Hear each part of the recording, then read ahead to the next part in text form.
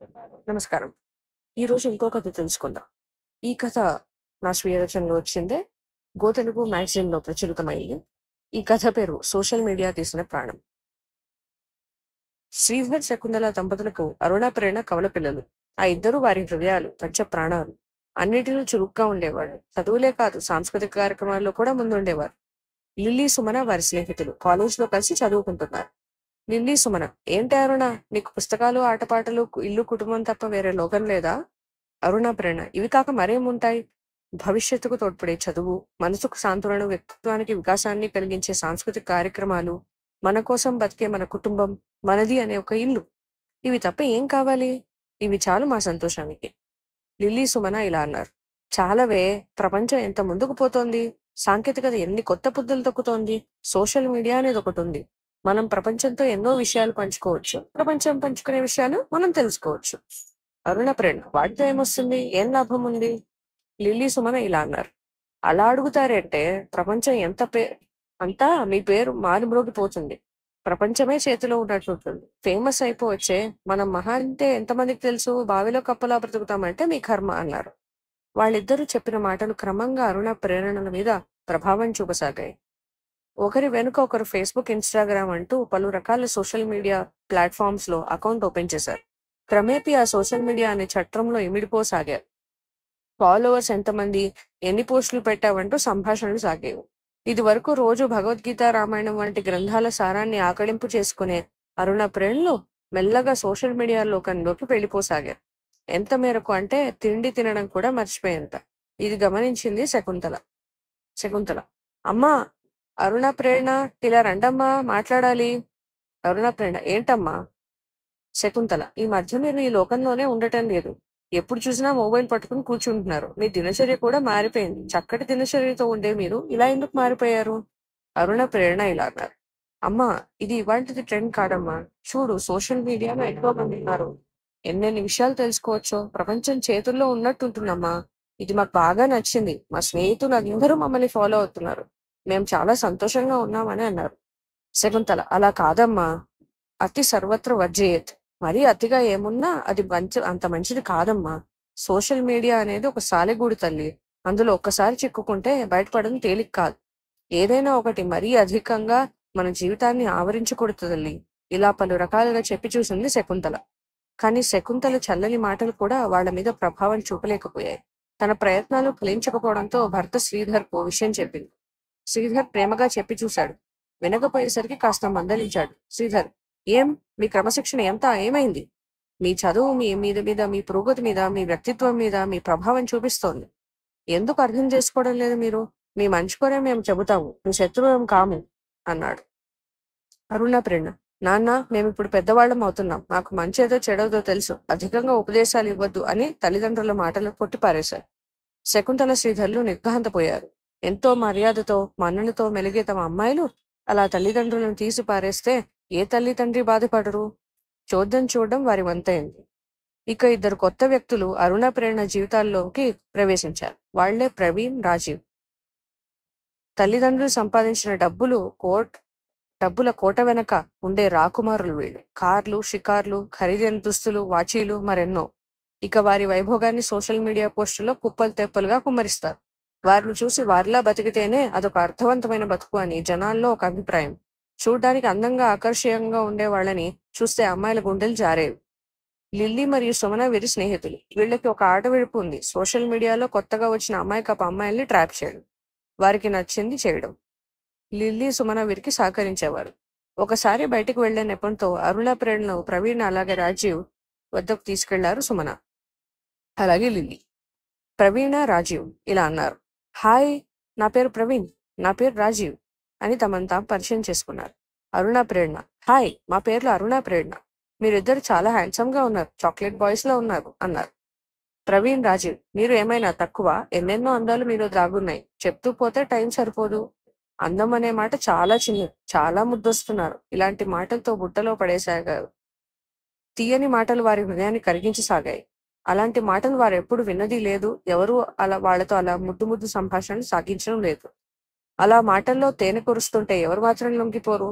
అలాంటి తీయని పలుకులు చెవిన పడుతూ ఉంటే స్వర్గం మంచిని తేలినట్లు ఉండేది ప్రేరణ మరియు అరుణకు. ఇక క్రమేణా వారి స్నేహం బలపడింది. చిన్నగా మాటలు పెరిగాయి. అరుణ్ ప్రవీణ్తో, అలాగే ప్రేరణ రాజీవ్తో చనువుగా ఉండడం మొదలుపెట్టారు. ప్రవీణ్ రాజీవ్లు రకరకాల గిఫ్ట్లతో అరుణ ప్రేరణను ముగ్గులోకి దించుతారు. కార్లలో తిప్పుతూ, షాపింగ్లకి తీసుకెళ్తూ, ఇలా ఎన్నో విధాలుగా తమ వైపుకి తిప్పుకున్నారు అరుణ ప్రేరణని. సోషల్ మీడియాలో కలిసి దిగిన ఫోటోలు పెట్టేవారు. గంటలు గంటలు మెసెంజర్లలో మాట్లాడుకునేవాళ్ళు. ఒకరి స్టేటస్లలో మరొకరు నిండేవారు. చూసిన ప్రతి వారికి ఆ ఫోటోలు చూపించుకునేవారు అరుణ ప్రేరణ. ఆ ఫోటోలకు వచ్చే లైక్స్, కామెంట్స్ లెక్క పెట్టుకోవడమే దినచర్యగా మారింది అరుణ ప్రేరణకు. తల్లిదండ్రులు అరుణ ప్రేరణను ప్రశ్నించారు. వాళ్ళు మా స్నేహితులంటూ కొట్టిపడేశారు. మేము ఏమి తప్పు చేయడం లేదమ్మా, అయినా వాళ్ళతో ఉంటే తప్పేంటి అంటూ అగౌరవంగా మాట్లాడారు. కన్నీరు కార్చడం తప్ప ఏమీ చేయలేకపోయారు శ్రీధర్ అలాగే శకుంతల. ఎంత నచ్చజెప్పినా కూతుర్లు వినకపోయేసరికి ఏం చేయాలో అర్థం కాలేదు వాళ్ళకి. ఒకరోజు సాయంత్రం ప్రవీణ్తో అరుణ, రాజీవ్తో ప్రేరణ లాంగ్ డ్రైవ్కి వెళ్లారు. చెరో కారులో నగరం అంతా చక్కర్లు కొట్టారు. చివరిగా ఒక చోట ఆగి కారులోనే కబుర్లు చెప్పుకోసాగారు. ఇక ప్రవీణ్ అరుణి చేయిని మెల్లగా స్పృశించి, అరుణ, నువ్వంటే నాకు చాలా ఇష్టం. నీ అందం ఎవరికీ లేదు. నువ్వు నా సొంతమైతే ప్రపంచం నా సొంతం అయినట్లే. నా లోకం నువ్వే. నువ్వు లేని నేను లేను అన్నాడు. అరుణ, ప్రవీణ్, నువ్వంటే కూడా నాకు చాలా ఇష్టం. నువ్వు నా పక్కన ఉంటే ప్రపంచం గుర్తుకు రాదు అంది. నన్ను తెలియని మైకం ఆవరిస్తుంది అంది. ప్రవీణ్ అరుణకు దగ్గరగా వచ్చాడు. నెమ్మదిగా తన బుగ్గలు నిమురుతూ, కళ్ళలోకి చూస్తూ అమాంతం తన పెదవులతో అరుణ పెదవులో ముడివేశాడు. ఒక్క 10 నిమిషాలు అరుణ తన అభిరామతం మొదటిసారి ప్రవీణ్కు అందించింది. తనకే తెలియకుండా ప్రవీణ్ ఫోటోలు తీశాడన్న విషయం తెలియదు పాపం. ఆ తర్వాత సిగ్గుతో ప్రవీణ్కు దూరంగా జరిగింది. ప్రవీణ్ తన చేతితో అరుణ నడుము చుట్టూ చేయి వేస్తూ, ప్రవీణ్, ఏంటి అరుణ, ఎలా ఉంది మన మొదటి అనుభవం? నువ్వు నాదానివి, నువ్వు నాకే సొంతం. నీ పెదవులు ఎంత బాగున్నాయో తెలుసా? నీతో నా తొలిబుద్దు నాకు ఒక తీయని జ్ఞాపకం అన్నాడు. అరుణ కూడా సిగ్గుతో అవును అన్నట్లు సైగ చేసింది. ఇంకో పక్క రాజీవ్, ప్రేరణ కూడా ఒక చోట ఆగారు. ఆబగా ఒక్కసారి కౌగిలించుకున్నాడు ప్రేరణ రాజీవ్. ఆ మొదటి స్పర్శతో మత్తెక్కింది ప్రేరణకి. తాను కూడా తన చేతులు చాపి ఆ కౌగిలింతకు లొంగిపోయింది. మెల్లగా తన మెడకు చెంపలను దాటి పెదవులు చేరి చుమ్మించాడు రాజీవ్. అదంతా కూడా ప్రేరణకు తెలియకుండానే కెమెరాలో బంధించాడు.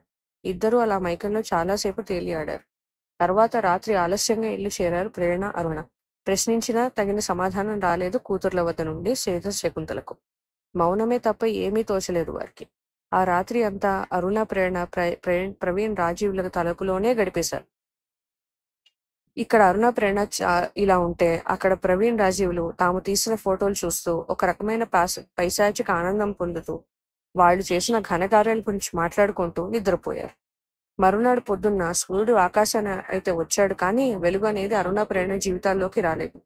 సోషల్ మీడియాలో ప్రవీణ్, రాజీవ్లు పెట్టిన ఫోటోలు చూసి అరుణ, ప్రేరణకి మతిపోయినట్లయింది.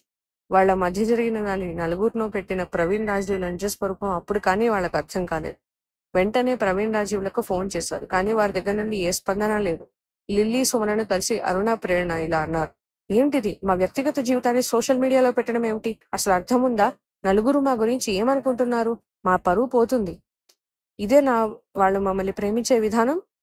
లిల్లీ, సునమ, షట్టప్ యార్, ఇదంతా కామన్, సిల్లీగా మాట్లాడకండి. ఇప్పుడు భలే ఫాలోయింగ్ పెరుగుతుంది చూడండి. మీరు ఫేమస్ అయిపోతారు. మీకోసం నలుగురు ఎగబడతారు. అరుణ, ప్రేరణ ఇలా అన్నారు. ఛీ, అమ్మా నాన్న చెప్పింది కూడా వినకుండా మీరు చెప్పింది విని మా జీవితాలకి మేమే మసిపూసుకున్నాం. మా గోతి మేమే తవ్వుకున్నాం. విచక్షణ లేక మమ్మల్ని మేము కోల్పోయాం అని అక్కడి నుండి వెళ్ళిపోయారు. రోడ్డు మీద వెళ్తున్న వాళ్ళందరినీ చూసి ప్రతి ఒక్కరూ ఇలా మాట్లాడుకోసాగారు. కొంతమంది ఆకతాయిలు అసభ్యంగా మాట్లాడారు. కొంతమంది జాలిపడ్డారు. కొంతమంది ఇవేం పనులమ్మా, మీరు అసలు ఆడపిల్లలేనా అని ఈసడించారు. కొంతమంది తల్లిదండ్రుల పెంపకం గురించి నానా మాటలు అన్నారు. సోషల్ మీడియా నిండా వీరి మీద అసభ్య కామెంట్లు వెల్లువెత్తాయి. శ్రీధర్, శకుంతల గుండెలు పగిలిపోయాయి. ప్రాణప్రదంగా సంస్కారవంతంగా పెంచిన కూతుర్ల గురించి నలుగురు నోటికొచ్చినట్లు వాగుతుంటే ప్రాణం తోడేసినట్లు అనిపించి నలుగురిలో తల ఎత్తుకొని తిరిగేదెలా అని మదన పడిపోయారిద్దరు. కూతుర్లను ఓదార్చలేక, వారిని వారే సముదాయించుకోలేక సతమతమైపోయారు. ఆ రాత్రి చీకటి వారికి ఇంకా గాఢంగా తోచింది. నిద్ర రాలేదు. కనుమూస్తే జరిగిన ఉదంతమే కనిపిస్తోంది. ఎప్పటికో కానీ కొనుకు పట్టలేదు. పొద్దున్నే లేచారు. తమ కూతుర్లకు ధైర్యం చెప్పి, ఇకనైనా బుద్ధి తెచ్చుకుని తిరిగి పాత మార్గంలో పయనించాలని చెప్పాలని నిర్ణయించుకున్నారు. శకుంతల కాఫీ తీసుకుని కూతుర్ల గది తలుపు వద్దకొచ్చింది. తలుపు వారవాకీలుగా మాత్రమే వేస్తుందని అర్థమైంది. తలుపును నెమ్మదిగా తోసి లోపలికొచ్చింది. అక్కడ దృశ్యం చూసి బిగ్గరగా అరిచింది. శ్రీధర్ ఆ అరుపు విని "ఏమైంది శకుంతల" అంటూ వచ్చాడు. అక్కడ తమ కూతురు జీవం లేకుండా విగత జీవాల్లా పడి ఉండడం చూసి వెక్కి వెక్కి ఏడ్చాడు. శ్రీధర్, శకుంతల కలల సౌధాలు కూలిపోయాయి. వారి హృదయాలు బద్దలైపోయాయి. సోషల్ మీడియా అనే మహమ్మారి తమ కూతుర్లను మింగేసింది. చెడు స్నేహం, సోషల్ మీడియాలో పరిచయాలపై నియంత్రణ లేకపోవడంతో వారి కూతుర్లకు ఈ పరిస్థితి వచ్చిందని వాపోయారు. తమ ఆరాప్రాణాలని భావించిన కూతుర్లు ఇక లేరని, జరిగిందంతా ఒక పీడకలే అయితే బాగుండు కదా అని విలపించారు. తిరిగిరాని లోకాలకు చేరిన కూతుర్ల జ్ఞాపకాలే ఇక వాళ్లకు ఊపిరి.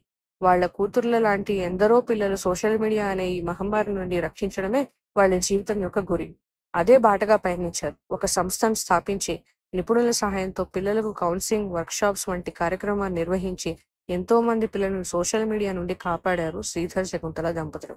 సోషల్ మీడియాను పరిణితితో పరిమితితో ఎలా వాడుకోవాలో చెప్తూ, పేరెంట్స్కు అవగాహన కలిగిస్తూ, తమకు కలిగిన నష్టం ఇంకొకరికి కలగకుండా చూసుకోవాలనే లక్ష్యంతో చివరిదాకా సాగింది శ్రీధర్, శకుంతల పైన.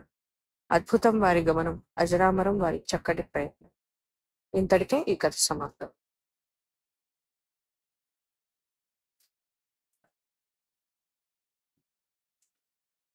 ఈ కథ కనుక మీకు నచ్చినట్లయితే లైక్ చేయండి, షేర్ చేయండి, సబ్స్క్రైబ్ చేసుకోండి. మరింత మంచి కథలతో మేము ముందుకు వస్తాం. Thank you.